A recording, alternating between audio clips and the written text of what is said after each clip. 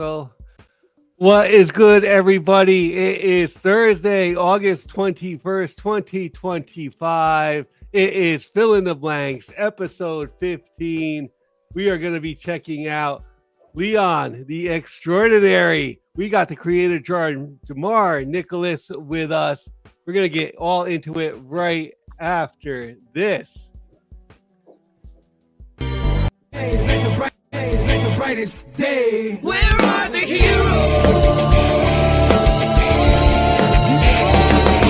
Soon as they get here, everything will be alright. I need a hero. Someone superhuman who can come and save my life. Crisis after crisis. What is good, everybody? I am here, Green Shirt Guy, C-Bizzle, and of course, JAMAR Nicholas, our first special guest for Fill in the Blanks. Yo, hello guys. Thanks for having me. I'm excited to be here. How is everybody doing today? Good.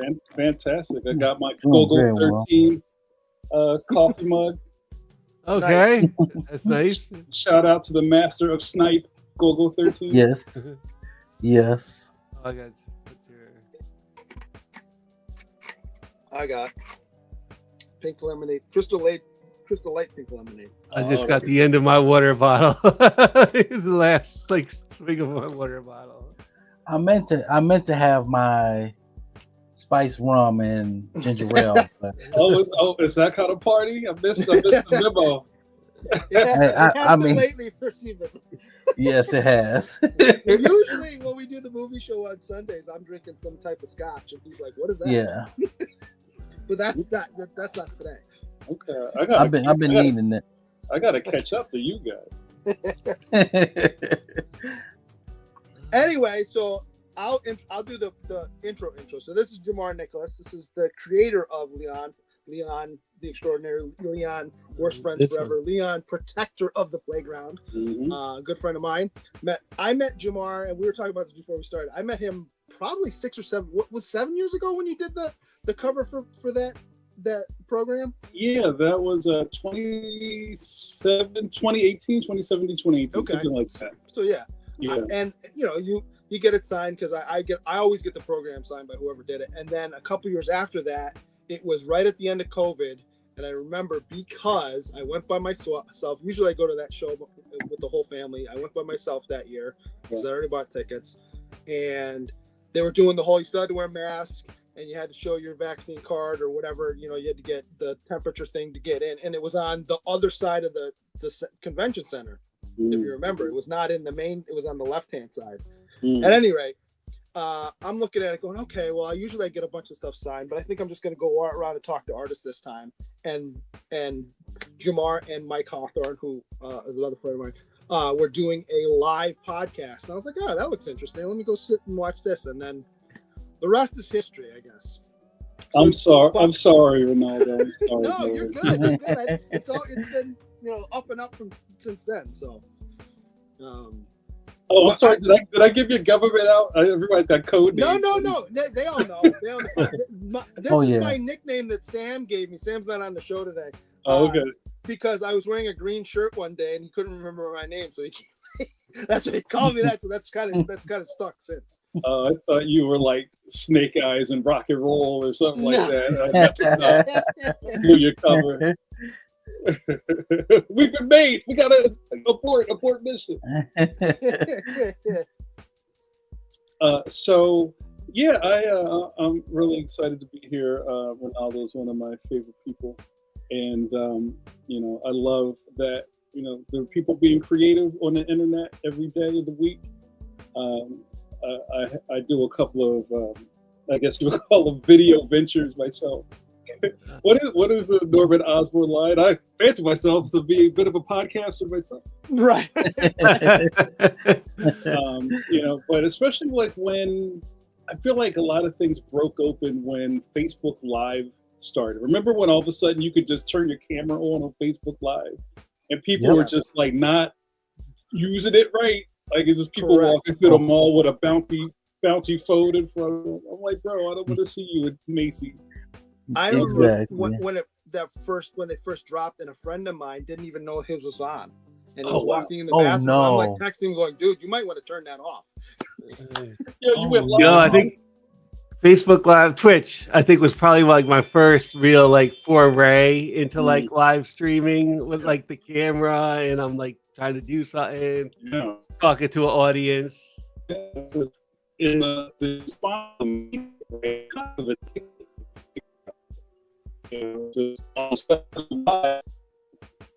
and there's just people right there. It's just like boom.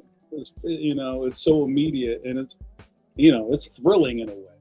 So when people are actually using the platform for good, not evil, I'm always a fan of that. So to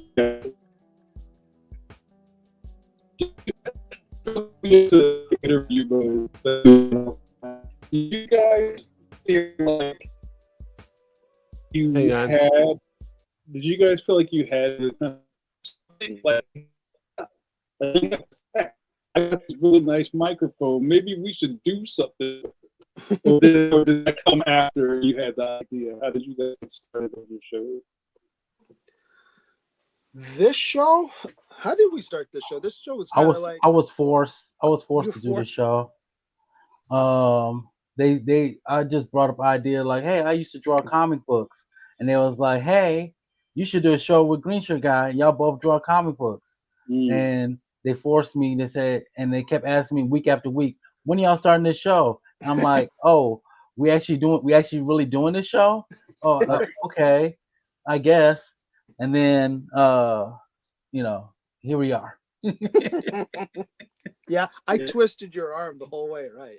You did. Isn't that always great though? But also, like I said, I'm really excited when, because everybody talks about it, but not everybody's about it. You know what I mean? So, just taking that first leap and like, yo, let's do a thing. Wait, for real? We're really doing it? Yep, let's go. My start was I was on Facebook. I would post, I would record my videos and post it on Facebook. And then a couple guys that were doing YouTube channels kept saying, you need to come to YouTube and post your videos there. And then I said, finally I did it. And then I've been shooting videos on YouTube for about a couple of years now. So it's just like what you say. It's like, hey, if you're passionate about it, just do it. Because the audience is out there. It really is. It's like I found the most funky communities, and I mean, yo, I really was into, and I always like kick this ball back and forth across the net, but it's like, yo, I was really into European mini discs, and there's a whole thing on that out there. You know what I mean? It's like, okay, so. Yes. There's Phil, tell them what you're into. Yeah. Oh, the laser disc. Oh, you're a laser disc guy. Yeah. Yeah. Those are beautiful objects. Yeah. So like, the laser discs, disc collection. How's your collection? Are you a hunter, or do you just kind of like, if you can come across them, you'll grab them? How does that work? Well, if I could come across them, and I'm a little bit of like a hunter, like I'll check the Facebook Marketplace for them. The record store like has a because like they just get mixed in with records the same size. So that's where I actually got that's the record store like also like sells like old used stereo equipment, and they had the laser disc player that I bought one day, and I was like, you know what, it's a little bit expensive, but what the heck, I got a little bit extra money, it's after COVID, I'm gonna get this laser disc player, I'm gonna get some movies, and I'm gonna go check it out. And, thanks, Obama. and and then they like next thing you know, like I really kind of got into it. It was like a lot of fun to start collecting like these movies, and like a lot of like the laser discs, you're looking at like $5 movies, $2 to $5 movies, which are like in any format, like $2 what was like some of the first movies I watched when I got my laser disc player was like Hunt for Red October. That's a good $5 movie, like anywhere, like whatever you get it on. You can get it on Betamax for $5 and be happy. Right. So like In the Line of Fire. So and then I just I kind of like I really did kind of fall in love with like the format because a lot of these movies have been like upscaled because of Blu-ray and changed along the way, and I was like, oh. Plus, you got that sound system.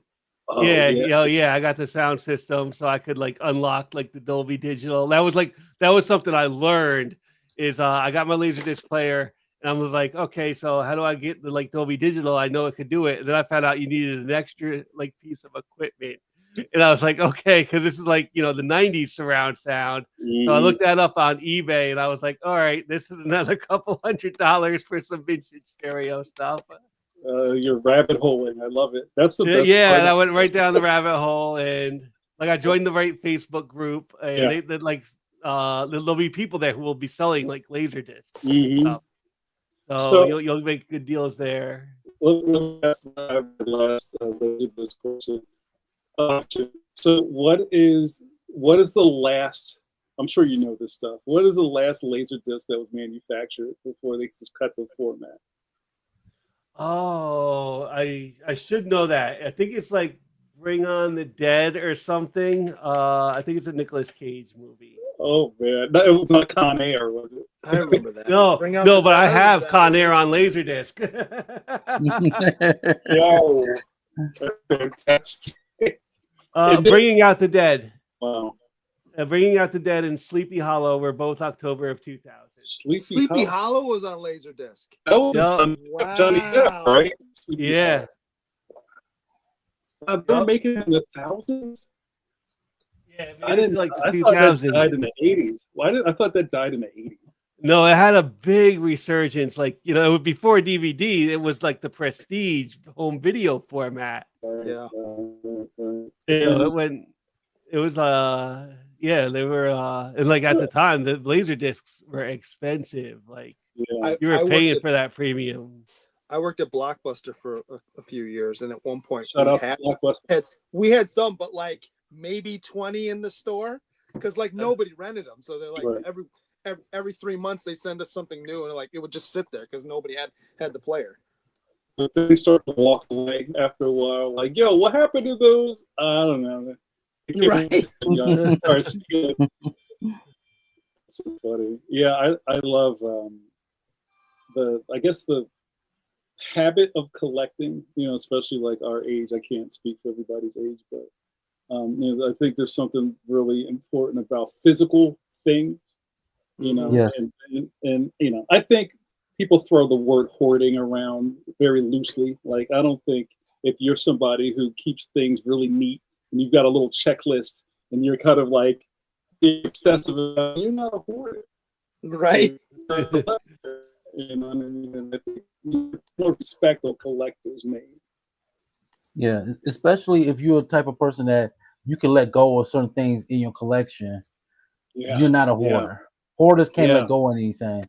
Like I give, we give away comic books every month, and I don't mind putting a good book or a book that I think somebody is going to enjoy to read, and I can put that in the giveaway. So I agree with you 100%. It's like if we're not hoarders because we are willing to give away or depart from the collections that we have. Yeah, I've gotten to. And you guys, please shut me up if I'm just like standing here talking too much. But I've been into a lot of YouTube essays. That's kind of like my thing right now, and a lot of them are. You can kind of see this kind of anthropology thing happen, not the store, like the study of humans, where we're kind of coming out of the touchscreen age, and now people are going back to. I want a Walkman with the orange pads on the headphones. I want to disconnect and be lo-fi, and then people are like discovering Walkmans. Right? It's like, yo, there's a thing, and you put a tape in it, and then you got to turn the tape over, and then you put a tape. And that's really interesting to watch. People are just like, enough of the smartphone. I need a dumb phone. Yeah. Well, it's funny to watch the younger generation discover stuff, and you're like, yeah. That's kind of how, like, I saw a whole set of memes where one of them was like, we discovered this new thing. We're calling it live podcast, where we get together and we maybe make some food and we don't turn on any screens. And we just sit around and talk about stuff. I'm like, yeah, that's hanging out. That's called the living room. what that's Right. called. Yeah. Yeah. Oh, that's and like in gaming when you have a 2-player game, they call that couch co-op. Couch co-op. Yeah. Co-op. Right. I remember that, and honestly, I think the Xbox 360 was probably like the last good system for couch co-op with so many Mhm. great games on that. Yeah. Oh, I That's for agree. me and I love the OG Xbox. That was my jam. Man. Oh, Yeah. I lost a lot of sleep to Halo 2. But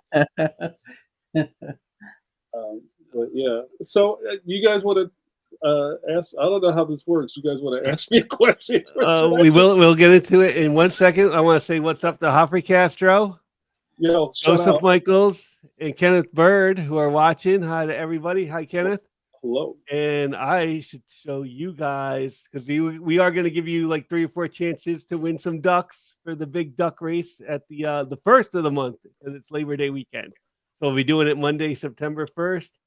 But our Another week. first duck is not there. There it goes. There we go. Leon, the Extraordinary. Ooh. And I will get the banner going so you guys can put that down in the comments and get entered to win a duck. And I'm going to stop sharing. And it's just And something Phil, just to let you know, Sam did send us the thumbnail for the next show as well. Oh, he did. Yeah. I didn't get it. So is it on the? I'll put it in our chat. Okay. Yeah. Awesome. And you know what, Jamar? Since it's our hashtag Leon the Extraordinary, and I actually read this this week. Yeah. I read this week. And I didn't read I have the second one. I just didn't get a chance to read this one yet. But I read this one, and it's your book. Why don't you tell us a little bit about it? Yeah, sure. So, Leon Extraordinary is a series at Scholastic underneath the Graphics imprint. If you're familiar with Dogman, Dick Pokey, Raina Telgemeyer's books, The Babysitter's Club, Wings of Fire, whatever your kids are probably really into. Leon's on the same imprint, so I'm in really great company. And Leon is the story of a kid who uses common sense as a superpower. It's got a really great heart, and it's a middle grade series. So the sweet spot is 8 to 12 years old. I try to create things like a good Looney Tunes cartoon. It works in levels. Yeah, so there's something there for everybody. If people are books that seem like they're for kids, like I don't really write kid books. I write books, that star kids, and there's messages there for everyone. So that what Reinaldo was talking about earlier, I self-published a Leon book before all the Scholastic stuff called Leon Protector of the Playground, and that is out of print, and you may be able to find it for a decent price online. I don't have any more. I haven't seen one for a decent price in a while. Well, it depends on what you're willing to spend. I mean, yeah, I got mine before the market took off. Like I think they're $400 or $500 now. Oh, really? Yeah, that's wild. That's almost the price of a laser disc. Oh no! You for $400 or $500, you're getting like a really good laser disc. You're getting like a Fight Club or something on laser disc. Oh man, I can't believe it like that. Yeah, that was I came up with Leon maybe almost 30 years ago or something, and we're all creatives. I'm sure you come up with something, and it's just you didn't have it wasn't the right time for it, or you didn't have the right vehicle for it, or like, let me just put this in my pocket for a while. And kind of pop culture happened around my idea. So just remember when, I guess it was like, remember the era of the gritty superhero movie, like Kick-Ass and Watchmen and 300 and Sin City, and everybody was getting their teeth knocked out, and it was like bloody chiclets on the grim. You know what I mean? Like that whole grim era of cinema was happening, and somebody said to me was really wise. They said, at one point the pendulum's going to swing back, and people are going to want like a good superhero story where nothing crazy is going on. Hold They on, can share with their children. right. Yeah, think of the children. Hold on, I'm blowing up. Sorry about that, you guys. No worries. And so that was about the time I kind of pushed Leon out into the world. And young kids tell me, I've never read this, but young kids tell me when I explain what the book's about, it's like, oh, that's like My Hero Academia. I'm like, okay, I've never read My Hero Academia, but I believe you. So yeah, he lives in this world where superheroes are real. And I kind of play on a lot of things about our society, like, what if people really had superpowers? You probably wouldn't be a good superhero. You'd probably just use it for your own gain, or you'd be really lazy. Right.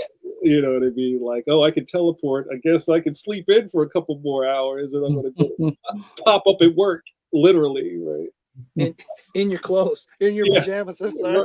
Right. You just poof next to the water cooler. Now you're at work. Like, so my whole play on superheroes is that there's not a lot of heroes. There's a lot of people who just are opportunists. So Leon has this thing that he goes to school cosplaying as a superhero because he wants to help all the kids in the school. I actually loved that part because, like, I think like everybody at one point, like especially like me as a younger kid, has like tied the towel around their neck. Yes. Yeah. And then they've been like Superman or Batman for like the day, like just for the towel around your neck. Yeah. And it was one of the coolest things when I created him. He was almost like a why didn't I think of that character? Because we've seen that character exist for a long time, the kid playing superhero. Like, I just made the kid playing superhero as a real book. And, it's got a lot of great heart. There's a lot of things. There's a lot of B and C plots, like kids' addiction to screens. So, like, that's kind of going on in the spine of the first book, that Leon, as a 10-year-old, his life would be complete if he got a cell phone, right? And that's very simple kid stuff. Ma, I want a cell phone. You're not getting a cell phone. So by the end of the story, like I hope I'm not spoiling anything. By the end of the story, everybody, all the kids in his school get turned into zombies from a cell phone game. Right. So now he's got to save the day. I thought that was just a great, like there again. That's great, like almost social commentary. I thought it was like, I thought that was great social commentary because that's kind of what it's like. That's kind of what it's like. Yeah, like in the background of all the pages, and I don't know how much kids stuff you guys read, but you'll see like books where kids are like in a school, but you never see any kids in the hallway. It's just the main characters talking. Right. Well, like, doesn't anybody go to the school? Is it Saturday? Where's everybody at? So I try to draw a lot of, like, sorry for the dog, kids in the background, and everybody's on a cell phone, which is kind of like how it is these days. Everybody's got a cell phone. About to change in New York.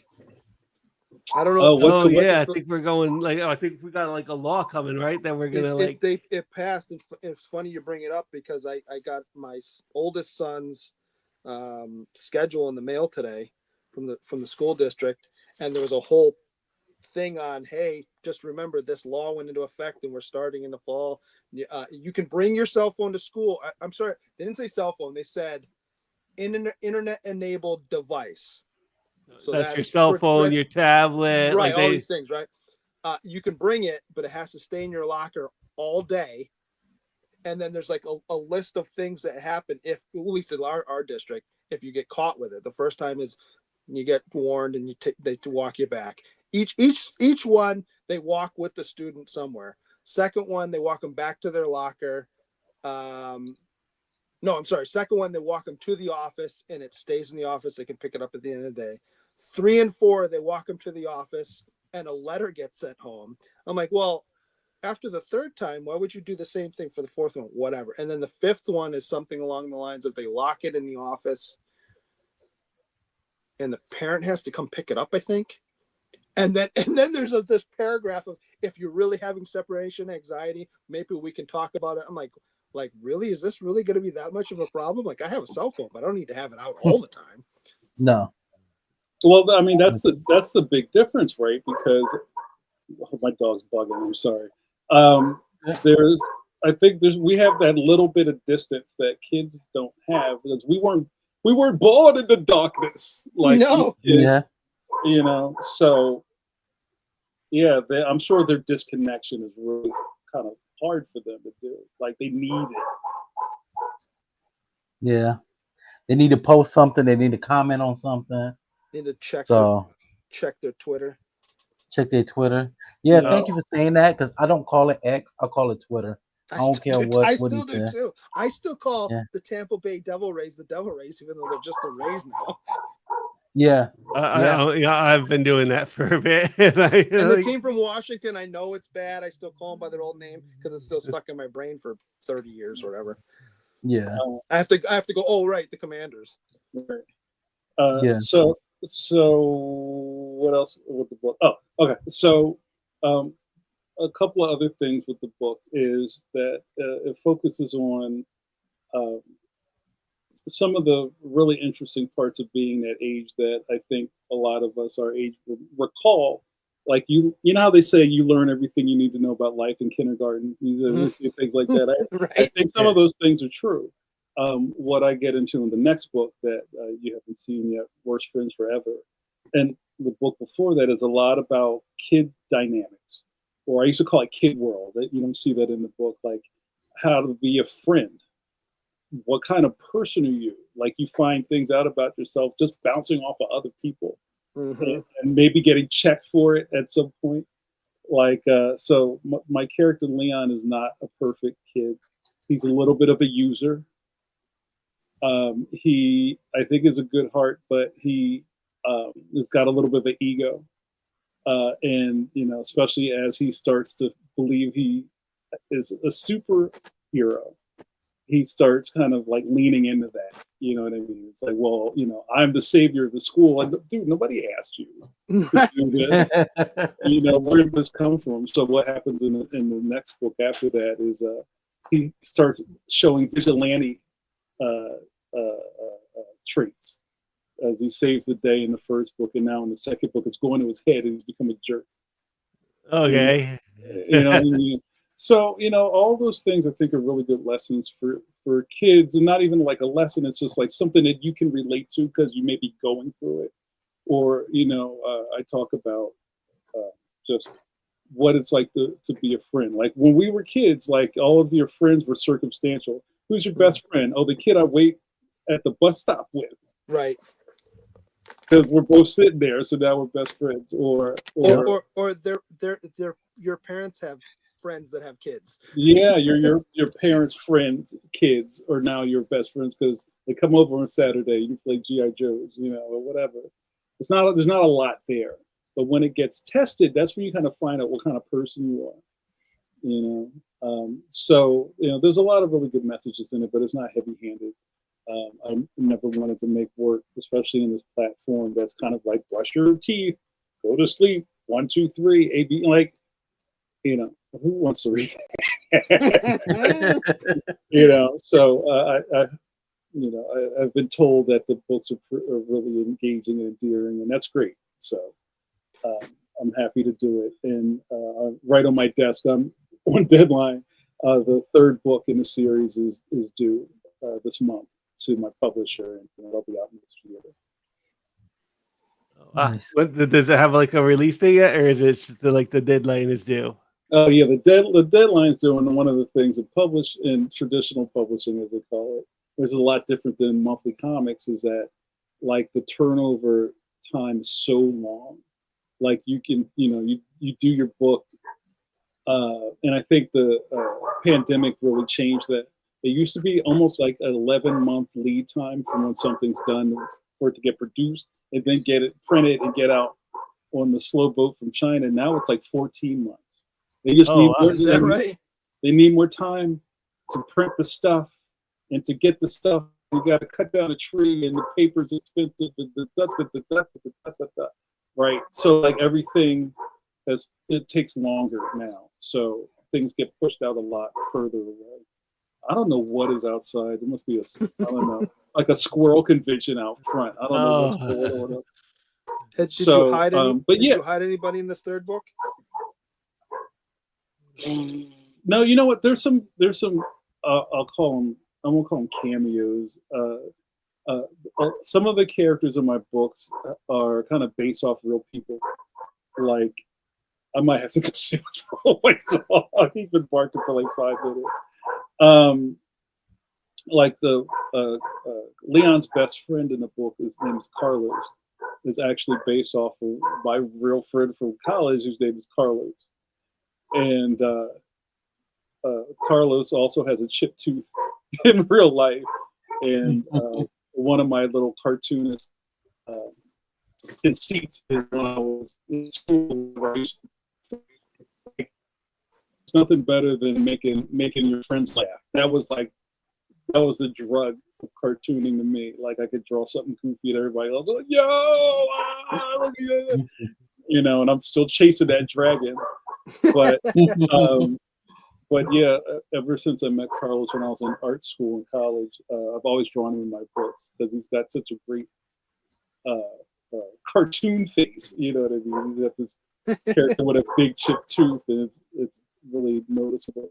So there's some other people that I put in the book, and I've got some people peppered around in it, but I don't know. Maybe a couple more Easter eggs in that. We'll see.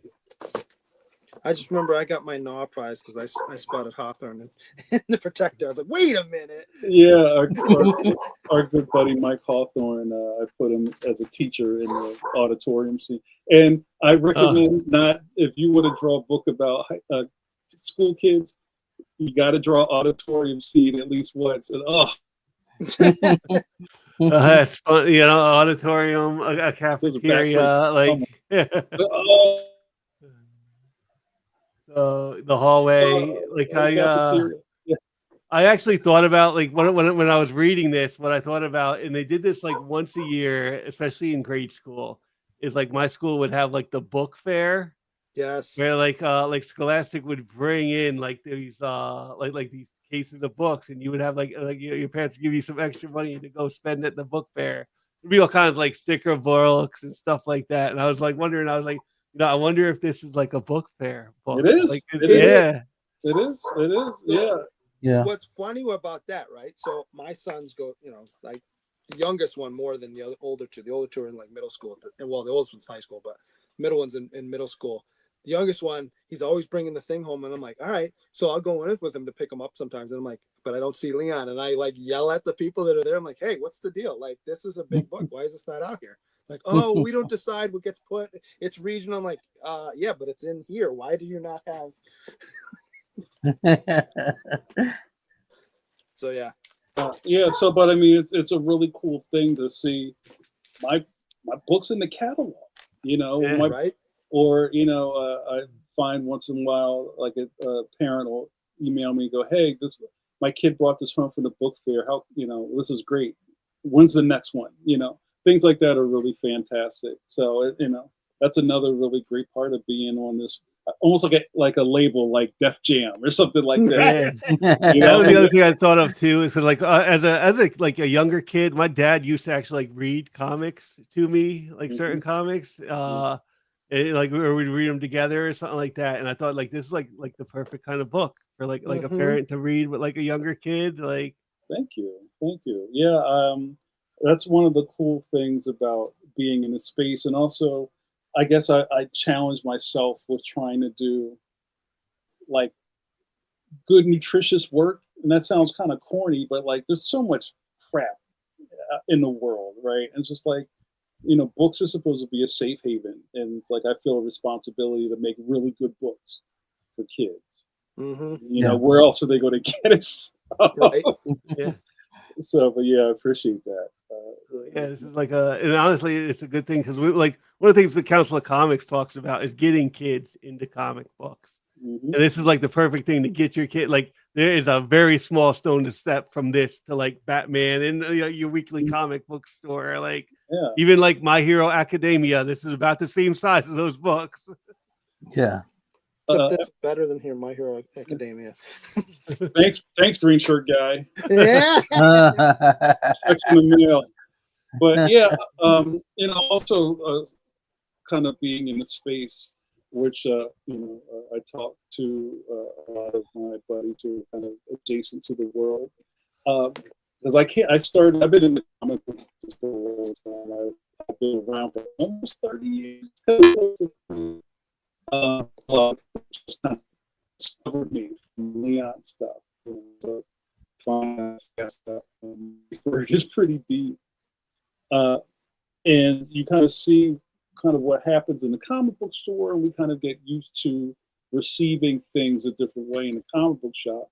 So it's also good to see when some really good shops are understanding that if we're going to keep this hobby alive, you got to introduce new readers. Yes. Right. And new readers read Dogman. Right. Mhm. New readers love Smile and Guts and drama and Phoebe and her unicorn and all that. And it's not necessarily Deadpool comics. So like that's like even like this stuff happened where a lot of shops couldn't compete with it. Like they can't compete, or I'm even going to add One Piece in the store because we don't have the shelf space for that stuff. So when you're seeing comic shops that kind of get the assignment and like, yo, we need to invigorate our what do you call it, customer base with young people so they get into the hobby and come in here. We probably need to stock Leon. We probably need to stock Dogman and Captain Underpants and all that stuff. It's a multifaceted argument if you think about it. It's not just kid stuff. It's like, what are the, unless you're from, a family. I kind of talk about like this with baseball. Like a lot of people who are baseball fans grew up because their dads like baseball. Mhm. You know what I mean? It was like a shared thing in your family that you watch the game with your uncles or something like that, and now you're a baseball fan. And you share that with your kids. And I think comics is exactly the same way. Yeah. Should be. Well- and like what? When I was a kid too, though, like and I've talked about this at like my comic shop. Something like baseball, we used to be able to get comics and baseball cards at like the comic book store. Yeah. Like baseball was one of those things. Like you got your first little like pocket radio. Baseball was one of the things you could like pick up on it on like the AM stations and stuff. With the one earbud, right? Yeah. Yup. I'm listening to the game. Yeah. Yeah. That's good going way back, man. Wow. But yeah, and again, I've been watching all these YouTube essays, and people are talking about kind of like after Gen X, they're really concerned about who's going to be in the collecting stuff because Gen X is kind of it. Maybe millennials a little bit because they're like at the end of that. Because young kids, I mean, they consume stuff, but it doesn't, like what's having a digital library too. Right. That's one thing. That's one thing I love about my son. He's a collector of Hot Wheels. I think he's approaching like 600 Hot Wheels.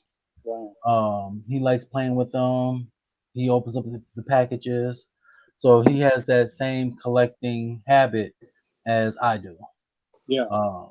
And that's one thing. He's not really into comic books right now. But he loves to read. So he loves reading books like these. But as far as actual comic books, it's a slow progress. But I know eventually he'll hop on the board. So. Well, our generation's the generation that probably wanted to collect as many things as we did many years ago, but now we're collecting because we all have jobs and stuff. You're like, oh, more jobs, and I couldn't buy that when I was a kid, but I can buy it now. Yeah, there's a little bit of that. I think that goes on, but I think that went on like with our parents' generation and stuff. Like, see, that's what really grind my gears is the fact that when I was younger, a lot of stuff I wanted wasn't as expensive. Like, say for instance, a comic book when I was growing up was $1 to $1.25. Now they're $4 or $5 a book. Could you imagine if comic books were still $1.25 right now? Right. Do you know how many books I will be reading? I'd buy everything every week. Right? Yeah. That's like I remember, I don't know if you guys ever had like kid daydreams, kind of like, yo, if I found $5 in the street, I could buy 500 pieces of penny candy. Right? Like this, like I could get 50 tacos, Right? that kind of stuff. But yeah, I mean, it's true, and some of that collective stuff we're talking about is, there's another essay I've watched. I keep spamming this about how the G.I. Joe cartoon like brainwashed us, just because like that hole in the FCC, and that they it was okay to just over program. I read a graphic novel about that. Yeah, that was pretty much it. That was real, right? It's like there was a thing that they couldn't advertise the cartoon, but to sell the toys, but you could make an animated cartoon about reading the comic book, which would then make you buy the comic book and watch the cartoon and buy the toy. It was like That's what it went into. Yeah, it was then it like eased up a little bit, and then they cracked down on it in the 90s, and then they cracked down hard at like the end of the 90s, which kind of killed our Saturday morning cartoons. And but I said that to somebody, and they were like, I was okay with that. You can brainwash me. I love G.I. Joe. Hey, can I share my screen?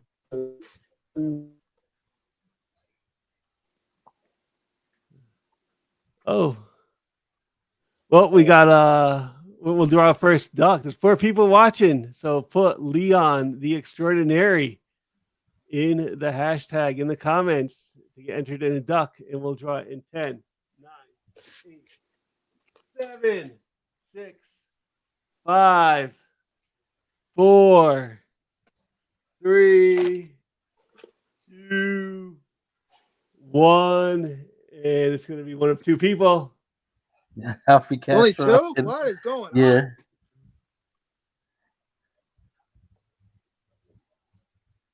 Yeah. Free There you go. Castro. No, the question is, does he win all 3 again? No, he's not Canadian yeah, survivalist. Where is Canadian Survivalist? He's supposed to be here. Right? That's a great He ended his own streak. Yep.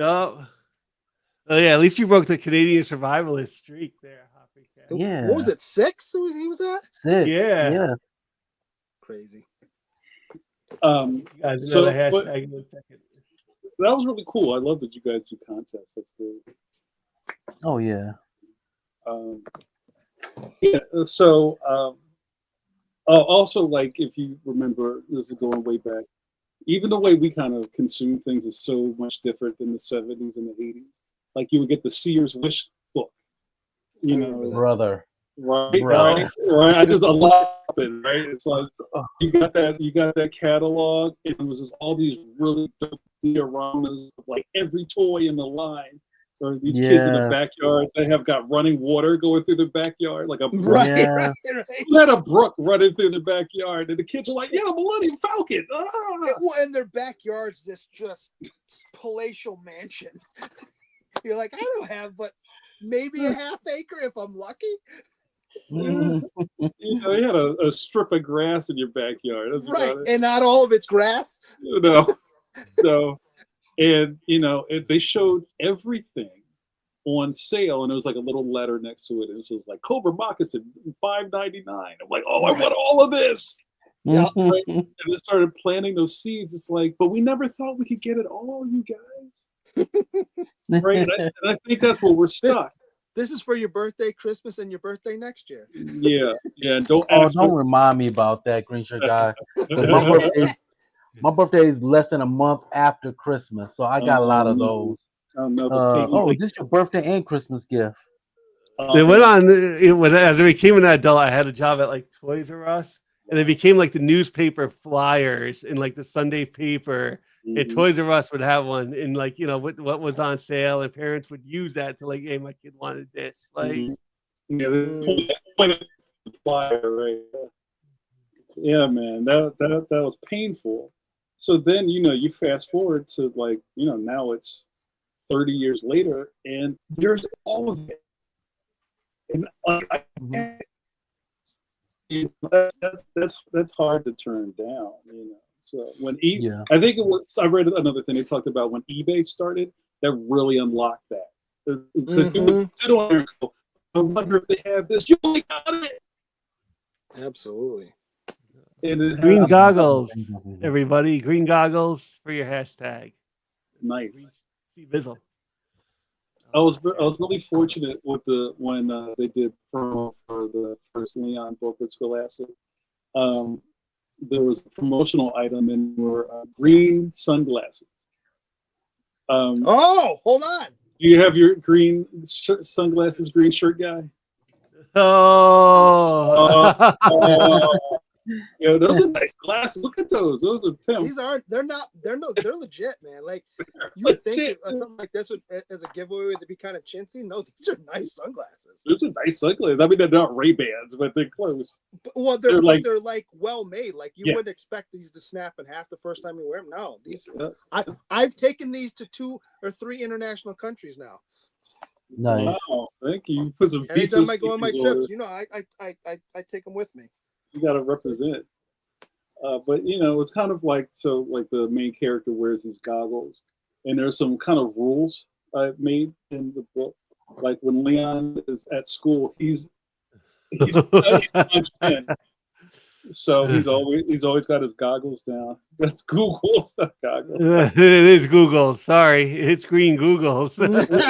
Green Googles. Is that how you spelled it? Did I miss that when you green Googles? Green Googles, yeah.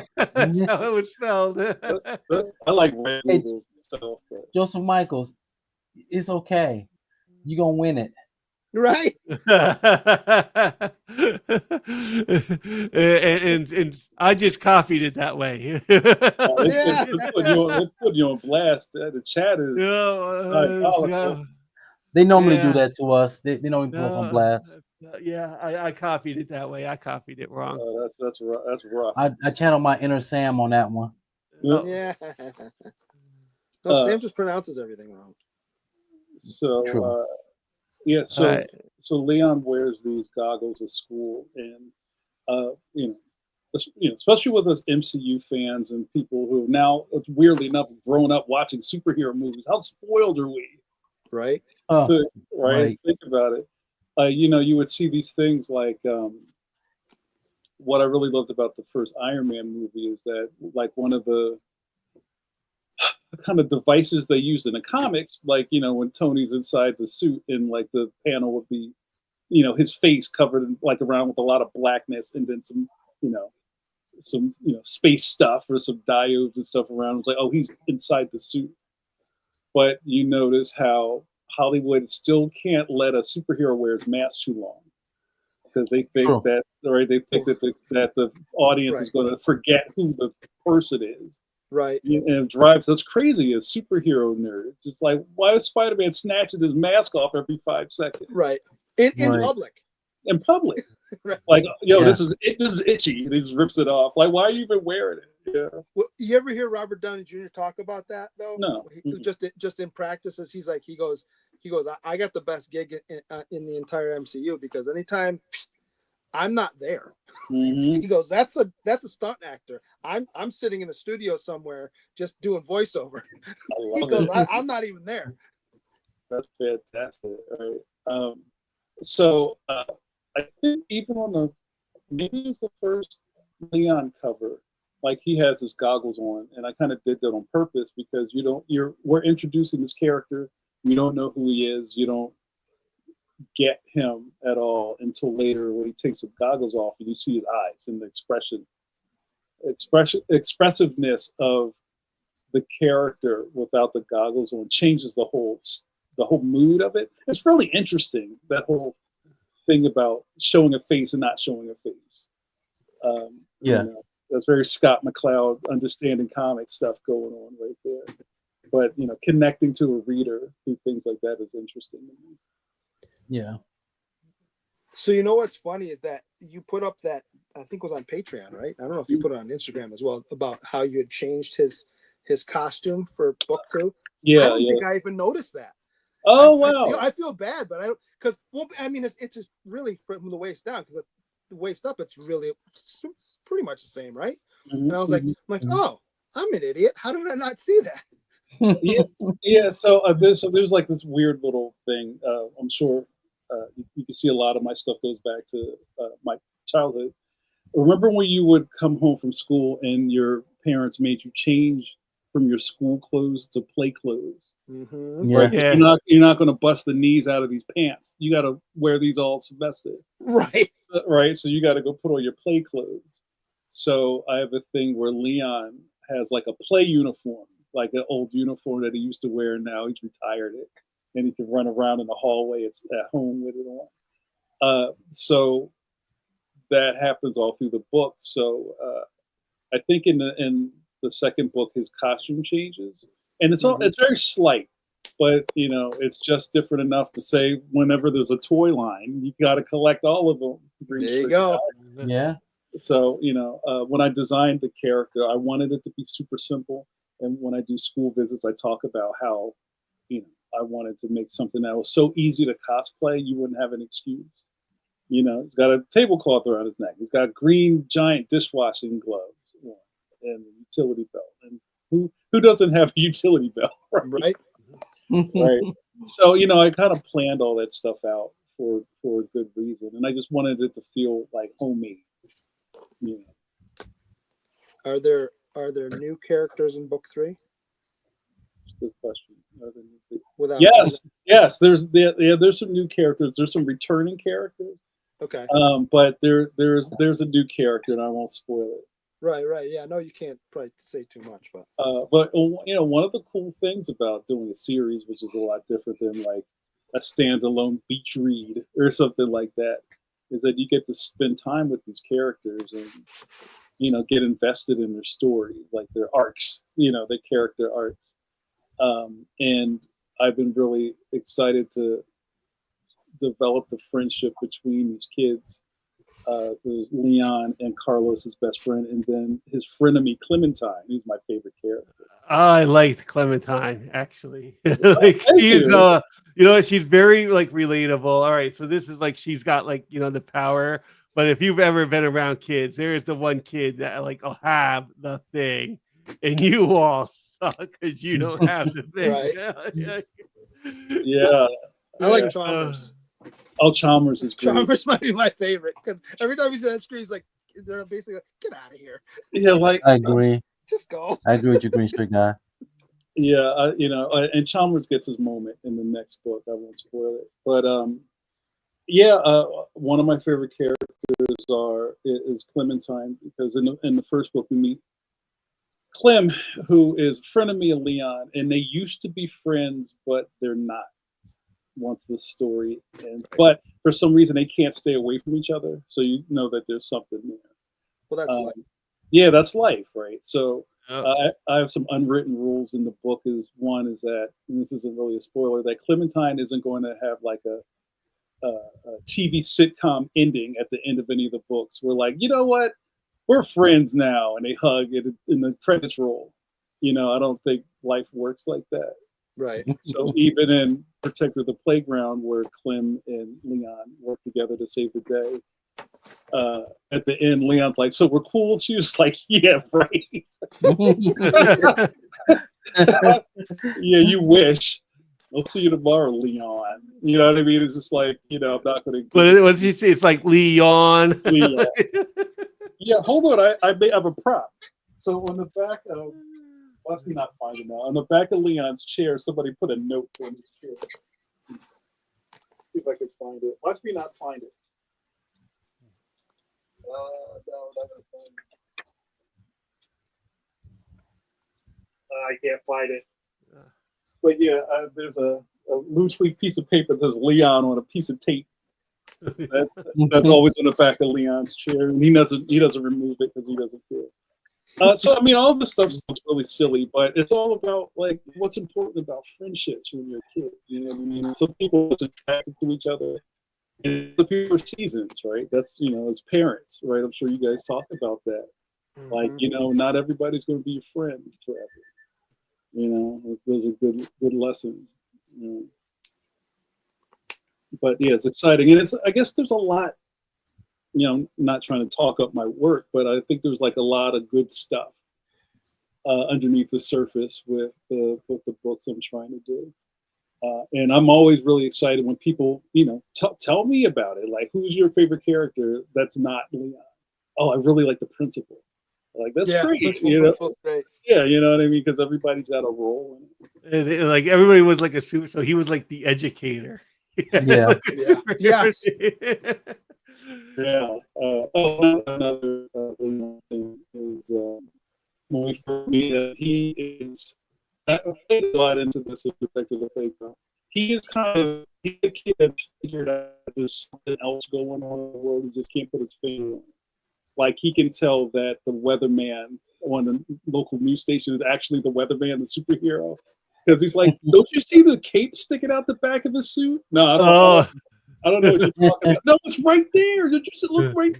It's like Clark Kent's glasses. You know what I mean? Right. Like, it's Yeah. I don't know what you're talking about.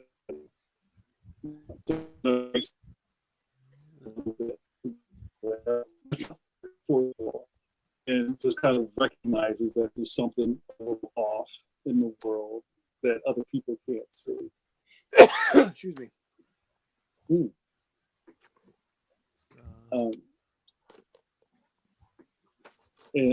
So how are you guys on,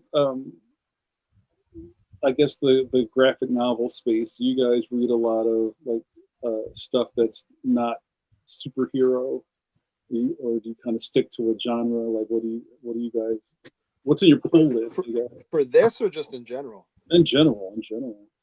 So I tell the guys every week, I buy more Image books than I buy DC and Marvel on a given week, just because some of them are superhero stories, but they're just random craziness, and I find those more interesting.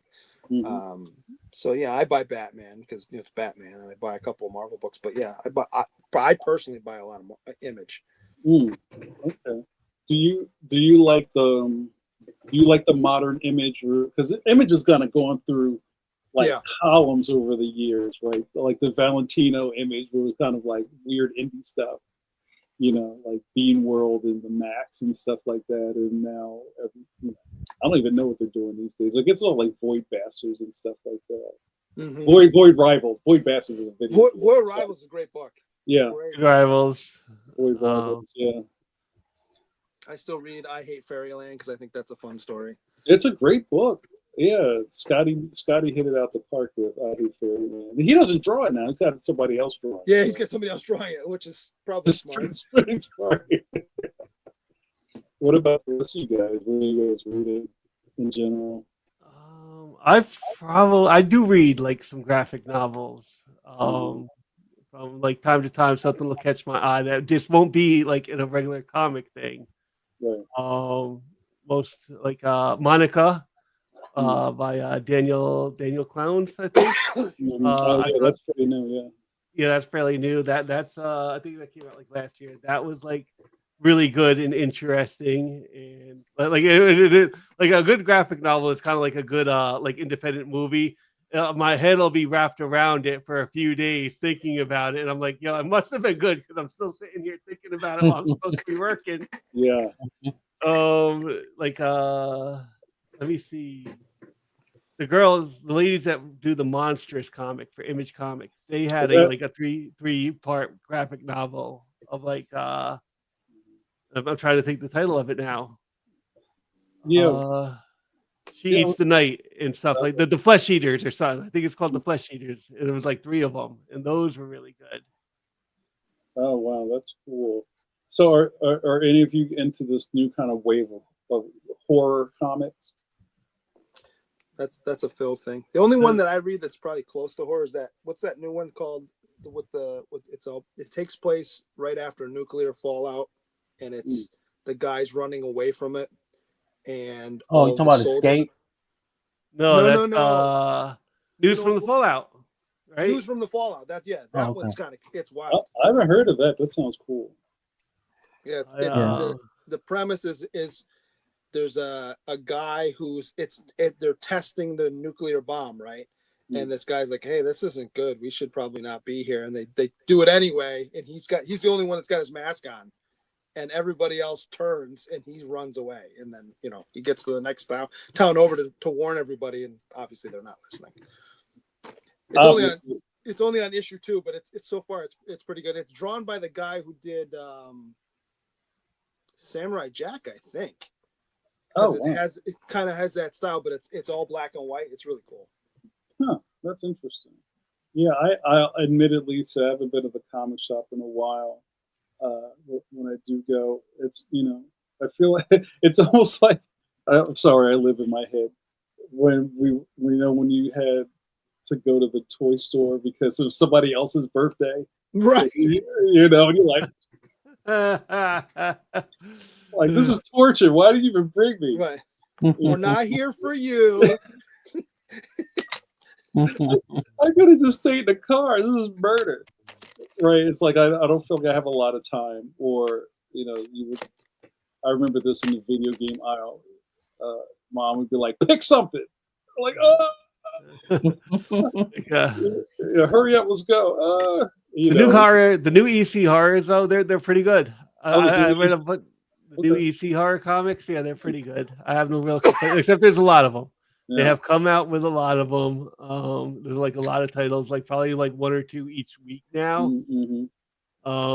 But I read a few of them, and they're pretty good. They captured that vibe. Mm-hmm. They got that vibe. They got some like decent writers on the stories.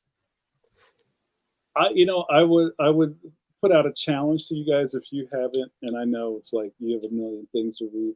You really should read Dogman. Dogman is brilliant. Oh, Dogman! My sons read it. Okay. It is. I can understand. It's like if it's something that your young kids are really into, it's like, what is this garbage? I don't know. But you just like read the first book and you're like, holy crap, this is really smart. And it hits a lot of notes, and like you can understand why Dave Pilkey is like the man, because it's so simple. It goes under the radar, and you're not paying attention to how good it is. Doesn't he have 2? There's 2 properties he has, right?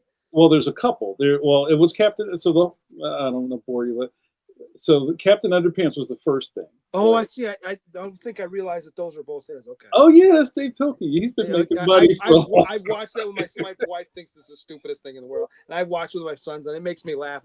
It's silly, but Right, it's great. It's silly. It is just like it's great boy humor. Right. Yes. Like, this is ridiculous. So the 2 kids, was it George and Howard? Is that them? That sounds right. Kind of created Captain Underpants, and Dogman is another comic that they made that they had a bunch of issues in their attic, and they pulled it out, and now they're making new Dogman books. So that's their character that's going through all these adventures. Right on. But yeah, there's a lot of really like, I don't know. I almost feel like what's happening in the kid lit space is kind of like how manga was like 10 years ago, when people are like, yo, did you read Bakuman? Like, no, what's that? It's like, there's other things besides Akira. Like, go read this or go check this out. And, people are kind of like, like how people are really into Berserk, that kind of stuff. I haven't read Berserk, but I have Akira. I have my copy of Akira. Yeah. I was like, wait, there's other things besides Akira. Yeah, right. And I think as comic book fans, I think we always have to keep our eyes open a little bit to other. You know what? I have the Ghost in the Shell manga. Is like Akira also. It's one of those like if you're familiar with the cartoon, it's a shell of what like is in that graphic novel. Like when you pick that graphic novel up, you get like and then don't get me wrong, that shell is like great. It is absolutely fantastic, both of them, but it's still just a shell. Yeah. Oh my god. And Ghost of the Shell was fantastic. Now we're going back to like 90s anime. That's a whole other thing. Giant Robo was my jam. I love Giant Robo, and that begat a lot of things. That was Johnny Sacco and his flying robot. Then it was Giant Robo. Then Big O kind of came out of. I remember Big O.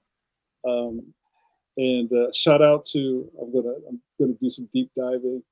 Wait a minute, Kia Asamiya, who did oh man, it just fell out of my head. He did Steam Detectives. If you're familiar with that, was also like a kid and his robot type of thing. Also with some Inspector Gadget mixed into it. Yes.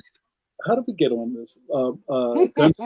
Gunsmith Cats. I love guns. If you like Riding Bean, Gunsmith Cats. That's Kenshi Sonata. Who?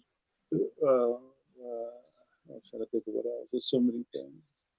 But I don't. It's funny. I don't watch anime. Like anime was a problem, like in the late '90s, and then all of a sudden there's just too much of it. You know, it wasn't a problem. I just couldn't get enough of it in the late '90s.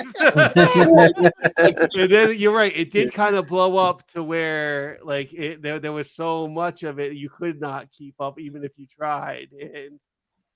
But yeah, from like probably I saw like my first one in 1994. That was clearly an anime, and somebody gave me like a tape, like here, like check these out, and check these cartoons out, and I was just like. The first one was like a giant robot and girls and that type of thing. But the second one on that tape was the Venus Wars. Oh, wow. Which was like, yeah. And that was just like, all right, like this is like one of the like great sci-fi. I was like, oh yeah, Dirty Pair. I remember Dirty Pair. Shout out to Dirty Pair, yeah. Yeah, Bubblegum Crisis, BGC, Bubblegum Crisis. I was trying to, those were some great old school anime, yeah.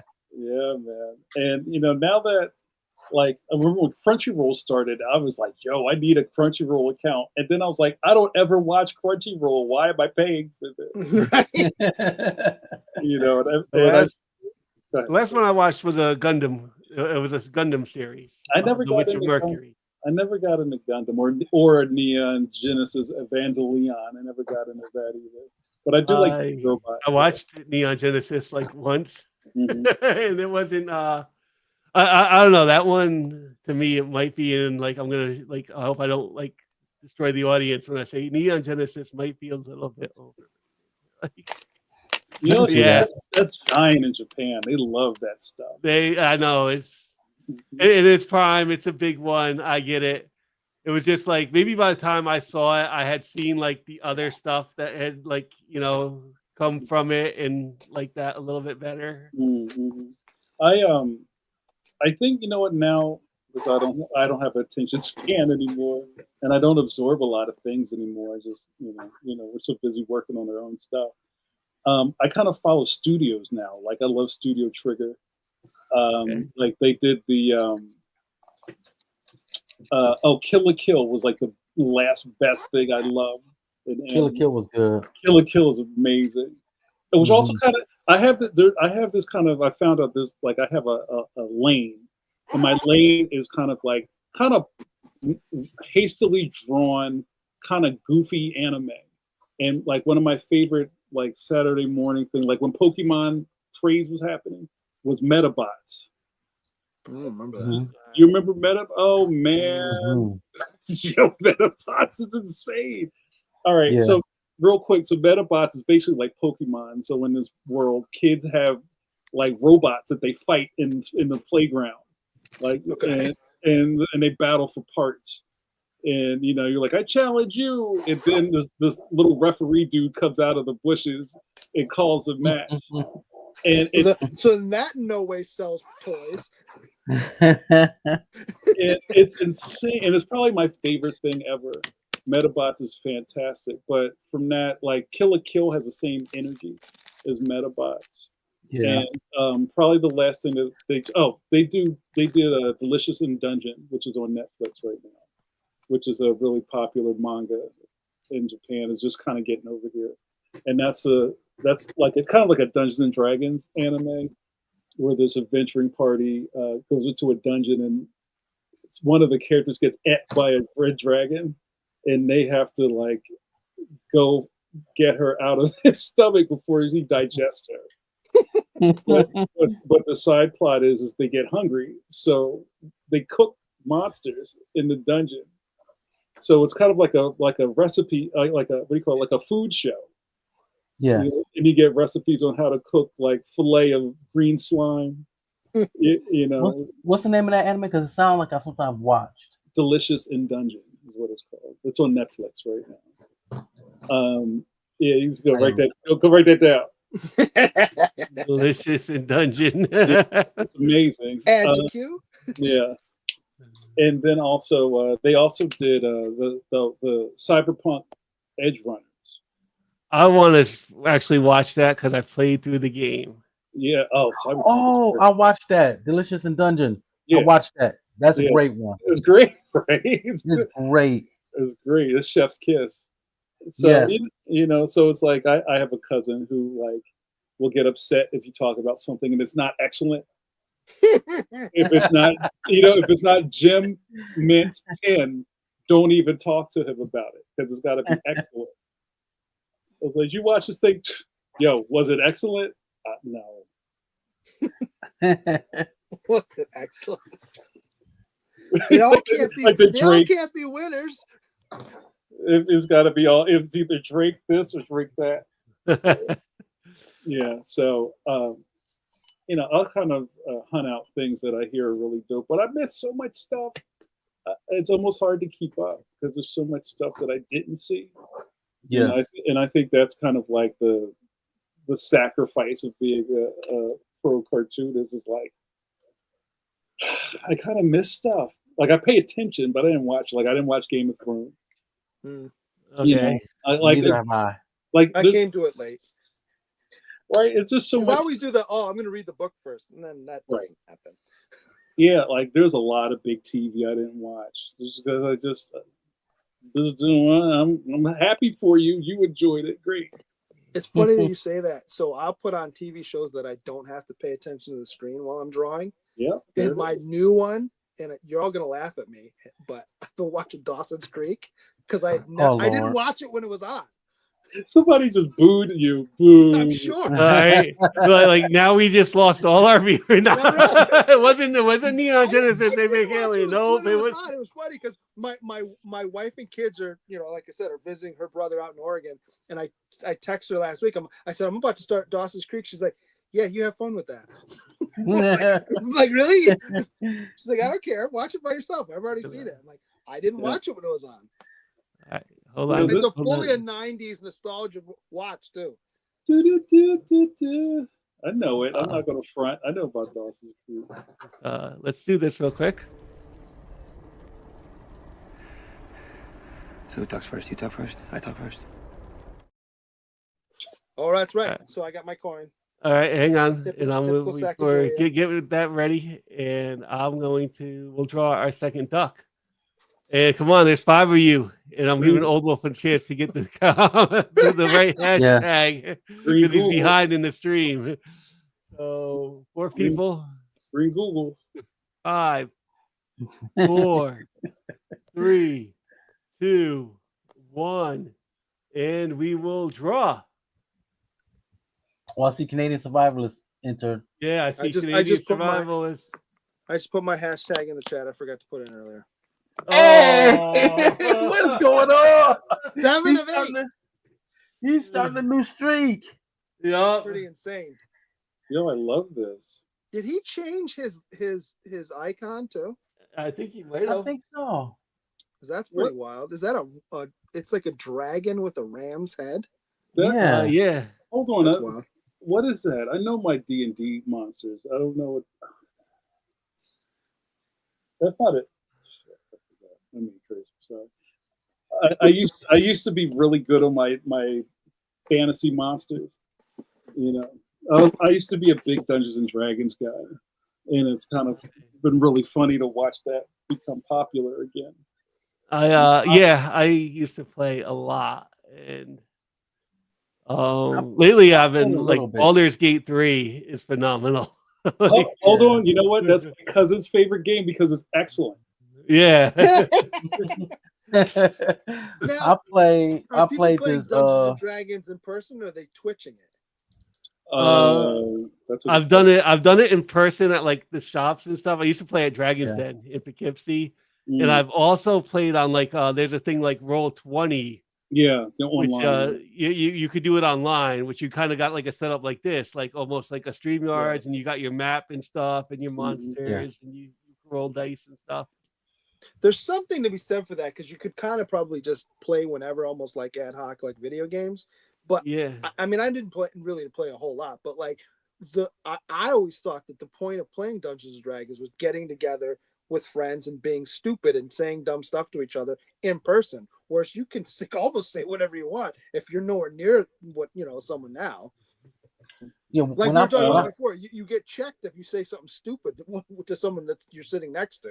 yeah. When I played in college, we was in person, and we played this D&D game called Descent, and we spent like 13 to 15 hours straight playing it, and we lost on the last roll against the final boss. Jeez. And you know what? We weren't upset. It was so epic, and we still talk about it to this day. I've never played the game, but I am familiar with it. It's a board game, Descent. Yeah. I am familiar with so that much board fun. game. I've played like D&D-ish board games too. Like, have you ever played Arkham Horror? Oh yeah, I've heard of Arkham Horror. Yeah. Because it was Descent, pizza and beer. So we had a good time. We're gonna make that. Hold on, guys. I think that character in your boy's icon, it might be a Chimera. Right? Oh, there we go. But I thought a Chimera had 3 heads. So a Chimera has dragon's wings, a goat head, a lion's head, and a dragon's head. Oh wow. That's a bad day at the office, right there. Yeah, you don't want to see that coming. Canadian survivalists, if you still in the chat, let us know. Yeah, that's I'm punching out. He only comes to the chat to win ducks. I see. All right. Have you guys heard about this little boo-boo phrase? I have. Like I say I don't really like I think it's a little bit like Tardy Boys, by the way. It's in the it's your next your hashtag for the next duck. That's a deep cut for you Leon fans out there. Yeah. And like the Labubu phase, I think it's a little like it's getting kind of like overly bashed online to me because when I was like a younger kid, and it was one of those toys that came back out. They were like the trolls, right? And like my sister had this huge troll collection. Yeah. And like Labubus remind me very much of like the trolls. They're these little they almost look the same. Yeah. Like there's these little monster creatures. Yeah. And they've like Lisa from Blackpink had one on her bag, and it was one of those things that it's just like a little monster figure, but it has caught on from I think it's Pop Asia that brought them over. It's just like one of those like random things. So it's like you're hunting for like the rare Labubu if you're early into it. It's similar to like you had trolls and you had the Beanie Babies and then Funko Pops and now this. So just I think it's a little bit overly bashed because like everything it's gonna come and go, but it's still like a cool looking monster. I can't be mad at it because we're all collectors, right? So let people enjoy their thing, right? I just read this article about somebody did a Labubu heist, and these people I think knocked over some store and they got like $40,000 worth of Labubu. Jeez, that's crazy. Wow. So I worked for McDonald's for about 1.5 years just out of high school. You get a summer job and then you stay there for a little while. And there was I don't know if you remember this. There was a line of Beanie Babies that went into Happy Meals, and I still remember this. Our truck was late one day because I would come in and unload the truck and put it away. Our truck was late because it got hijacked and all they stole was the Beanie Babies. Oh no! I'm not making that up. Oh no! Yeah, that was a big heist back then, right? Yeah. They kept the fries. Yeah, they left everything else. They literally just took the Beanie Babies and went. You know what they also sold? They sold the functioning ice cream maker. That didn't make it to the store either. Yeah, it's there's something for everybody. But oh, you know what my new thing is? I don't know if you guys know about this. I don't think I have any. Blockies is my new thing. Blockies are there's. I think Oh, you know about them. yes. I'm trying to. Next time I get paid, I'm trying to get a Soundwave block. Yeah, they got a $42 one at my LCS and has his tapes, all his tapes in Mm. Soundwave, and they have a $20 one, but I want to get the $42 one. Yeah. So Blockies is, I think it's a Korean company, and they have a bunch of licenses. They have a Marvel license, but they don't have Mhm. rights to sell them in the States. So if you Correct. go on like Temu and Alibaba, they have a whole line of these things. So they're kind of like blind boxes. There's a couple of Mhm. levels. There's blind boxes, and they're also snap kits. Yes. So you like say you pick some up, you don't know what's in them. Then you open it up and you dump the bag out, and it's like shockwave. Yeah. Then you gotta put them together and then pose them.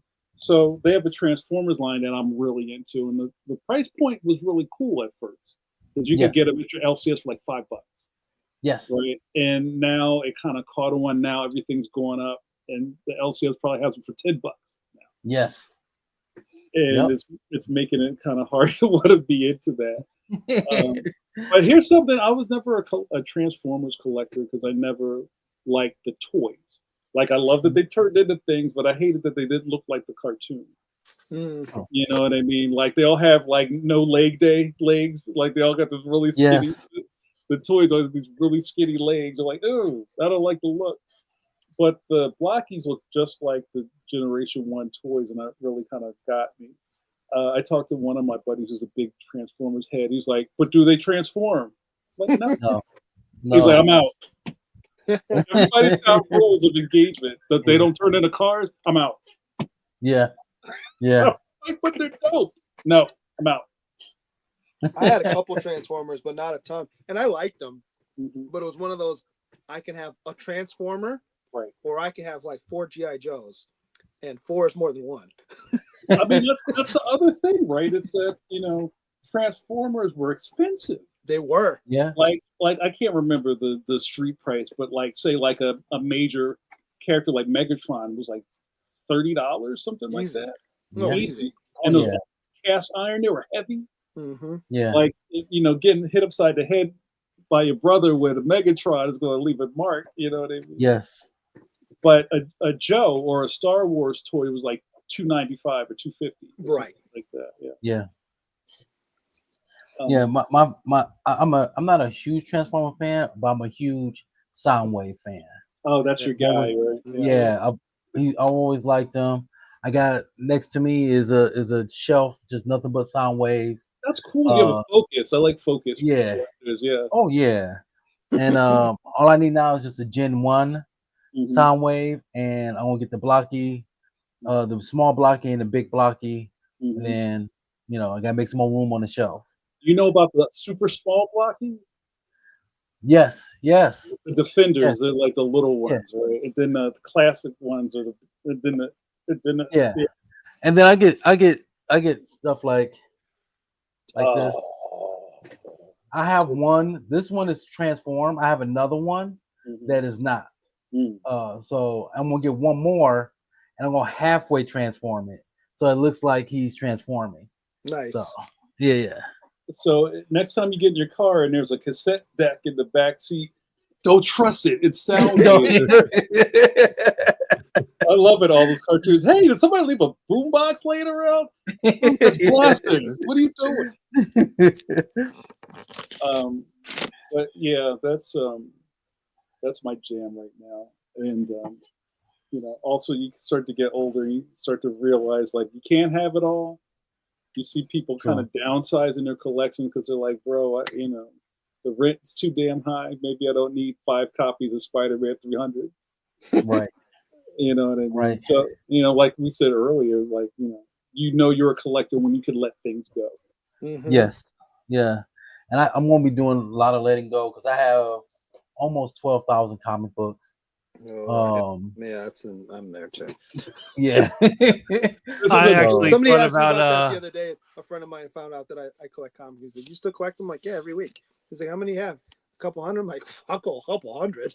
I said, Right. "Well, last time I inventoried them, I was over 10,000, but I." and I it's was been- like, that was a yeah, couple I years haven't ago. gotten to I haven't even gotten to the point of inventory them, and I was like, man, maybe I should like think about like selling some of this at like Iacon or something. Right? Yeah. But I'm not shaming anybody. I'm just saying, But that's cool. Yeah. It's cool when you start to inventory it and go, let me let this stuff go and I have room for something new. Yeah. Mhm. That's Yep. really cool. Yeah, this has been fun, you guys. I hope I haven't talked your ear off. No, you're good. Hope you're You gotta Every single one seems to be different, so this is a different. Yeah, it's fine. Yes. you got a few questions though, green shirt guy? I have 2 would you rather's. I have Okay. some interaces, but we don't have to do those. We could do the game, or we Okay. could do would you rather's. It's up to you. Okay. The game, I have 3 subjects, so Jamar can do one, C-Bizzle you can do one, and Phil can do one, and then that whoever gets the most can pick the person that gets the duck. If we want to do that. Okay. So you yeah, we can do the game. All right, actually, you know what? I should get a die out because Okay. there's 3 of us this time. All right, so And let's know the categories. Shout out to Green Shirt for calling it a die, not a dice. there you go. One of my pet peeves. Thank you. I knew I liked you.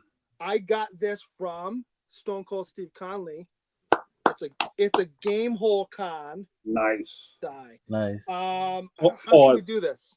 Wait, what's the categories?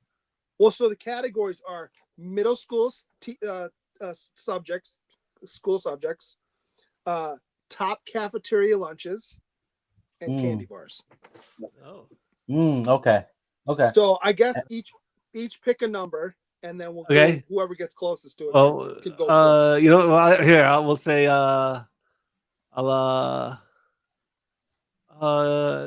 don't we make Jamar Nicholas 1, C-Bizzle 2, me 3, and then Jamar can be 4, C-Bizzle 5, and I'll be 6. That works. Okay.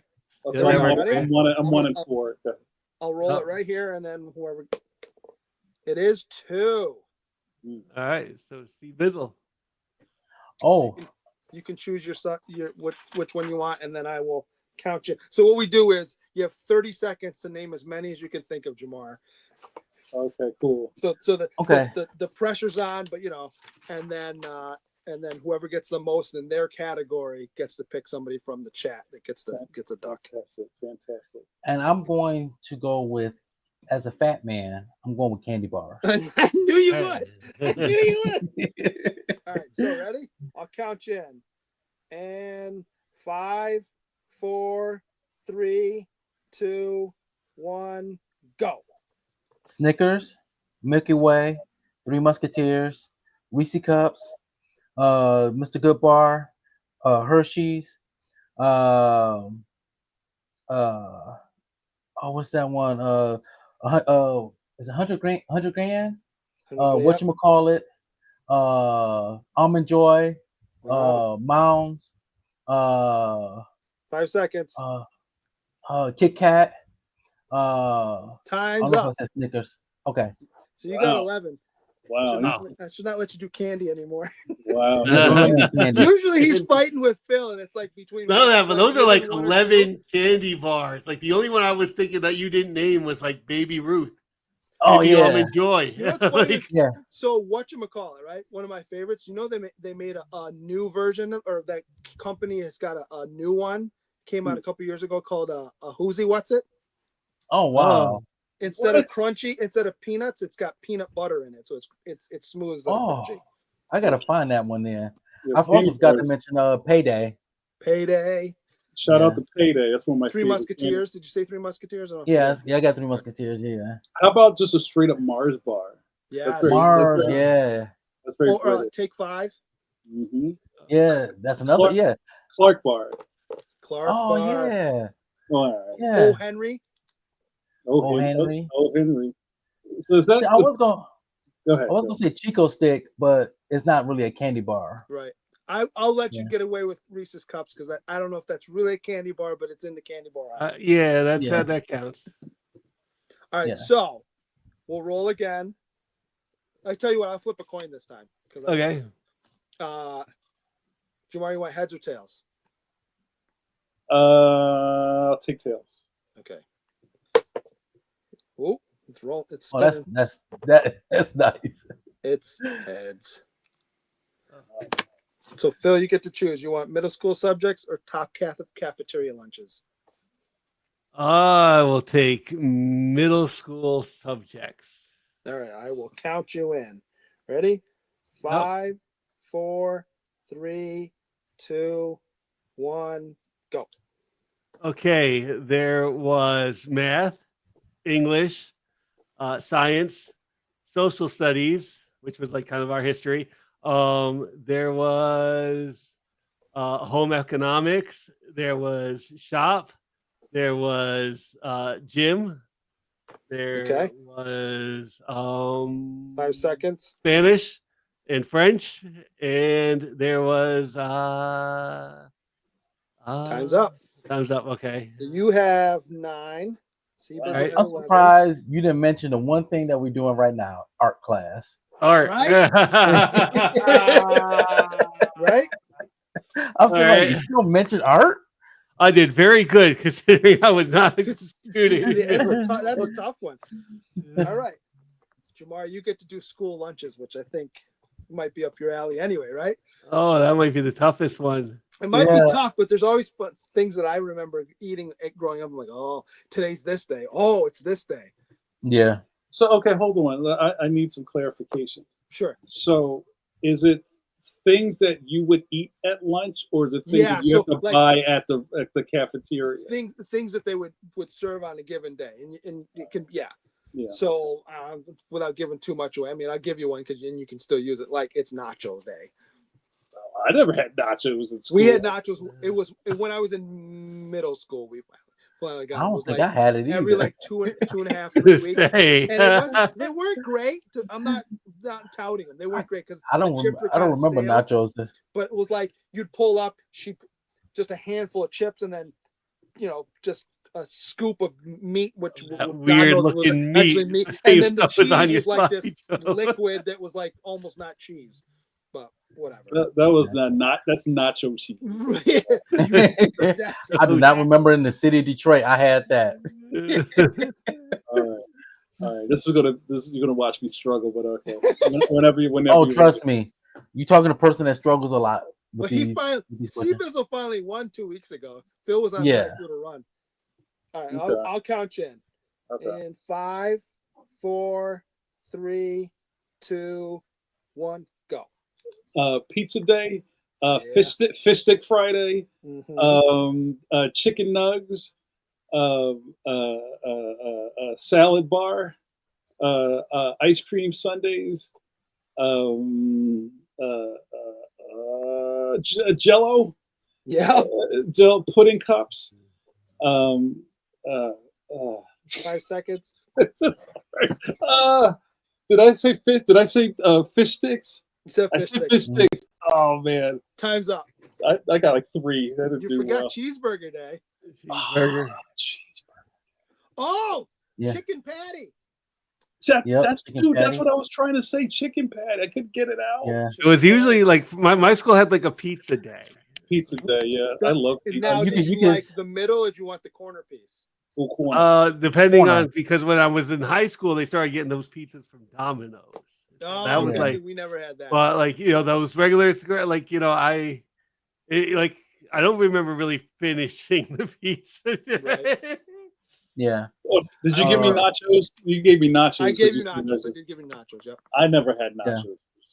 nachos. Well, there was a. Get- Do I had you remember chili.